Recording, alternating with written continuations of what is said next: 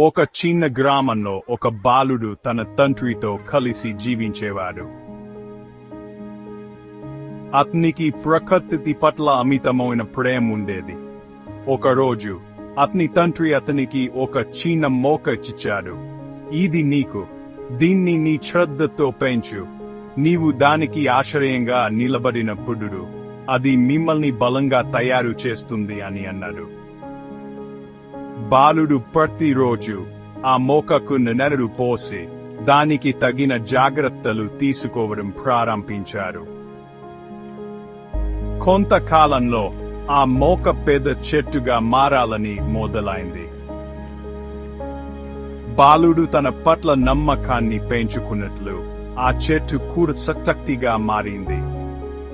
అది పసుపు పండించడానికి మొదలు పెట్టింది. గ్రామంలో అందరూ ఆ చెట్టుకు దగ్గరగా వచ్చి నీరు, ఆహారం ఇచ్చేవారు. ఒకరోజు గ్రామంలో భారీ వర్షం, గాలుల వేట మొదలైంది. చాలా వృక్షాలు దెబ్బతిన్నాయి. కానీ ఆ చెట్టు మాత్రం నిలబడి ఉంది. తన బలం, పరుతవాన్ని తన శ్రద్ధ, నమ్మకంతో పొందింది. నీతి, నమ్మకం, శ్రద్ధతో పెంచిన ప్రతి వస్తువు, ఉద్యవహారం, పంట ఎప్పటికీ నిలబడి ఉంటుంది.